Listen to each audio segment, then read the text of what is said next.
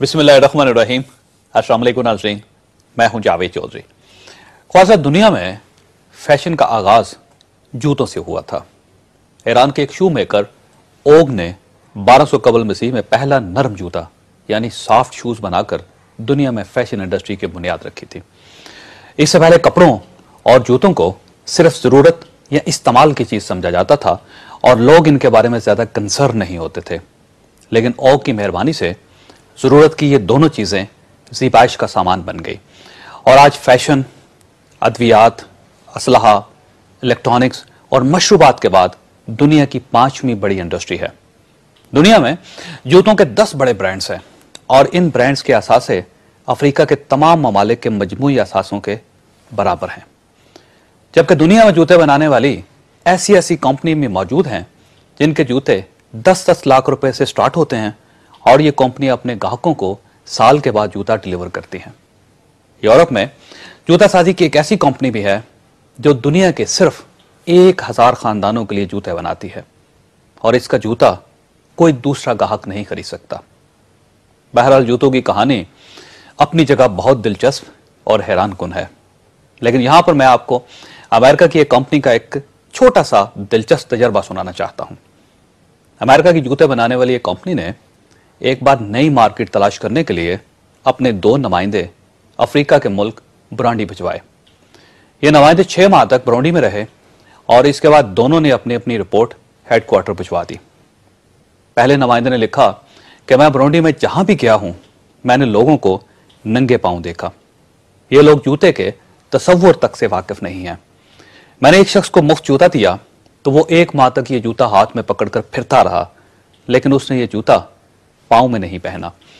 लिहाजा मेरा ख्याल यह है कि कंपनी को यहां अपना सरमाया बर्बाद नहीं करना चाहिए, क्योंकि ये लोग जूते की अफादियत से वाकिफ नहीं हैं।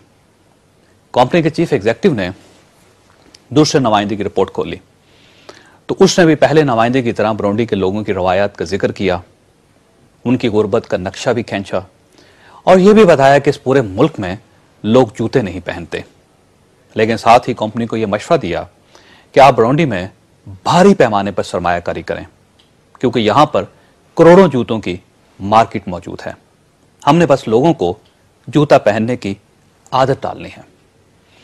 ख्वाजा दोनों नुमाइंदों ने एक ही मुल्क और उस मुल्क के एक ही जैसे हालात देखे थे, लेकिन दोनों का जाविया नजर मुख्तलिफ था। पहला नुमाइंदा लोगों को नंगे पांव देखकर परेशान हो गया था, जबकि दूसरे नुमाइंदे को लोगों के नंगे पांव में बेतहाशा बिजनेस पोटेंशियल दिखाई दिया। नाज़रीन, जाविया नजर के इस फर्क को मैनेजमेंट साइंस की जुबान में शू पॉलिसी कहते हैं और इस पॉलिसी के मुताबिक दुनिया की हर बुरी आदत, हर किस्म के बुरे हालात, मुश्किलात और मसाइल में तरक्की का बेतहाशा पोटेंशियल होता है। दुनिया की हर खराबी की जड़ों में अच्छाई और हर तकरीब की बुनियाद से तामीर की शाखें निकलती हैं। आप इस फलसफे को एक लम्हे के लिए होल्ड कीजिए और पाकिस्तान के सियासी हालात को देखिए। बदकिस्मती से आपको पाकिस्तान का हर हुक्मरान, हर वजीर आजम, हर सदर और हर वफाकी वजीर ये शिकवा करता हुआ दिखाई देगा कि पाकिस्तान एक मुश्किल मुल्क है, ये अनगवर्नेबल कंट्री है।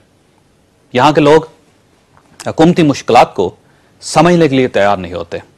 हम ये करते हैं तो ये हो जाता है, वो करते हैं तो ये हो जाता है और इस मुल्क में हुकूमत चलाना मुमकिन नहीं, वगैरह वगैरह।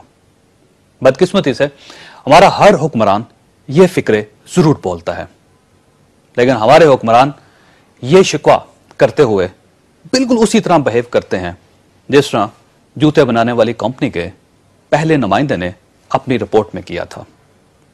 और ये लोग ये सोचते हुए और ये कहते हुए भूल जाते हैं कि यही तो वो हालात होते हैं जिनमें नई लीडरशिप उभर कर सामने आती है।